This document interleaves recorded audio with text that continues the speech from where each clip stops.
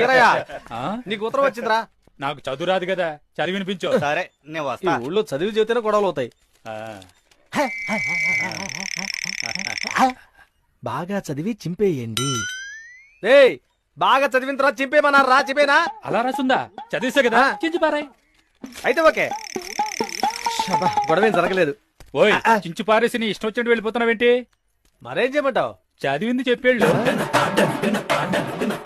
రేయ్ చదివిన వెంటనే చించేయమని రాసింది, చదివాను చించేశాను. అదే అడుగుతున్నా, చదివింది చెప్పేళ్ళు.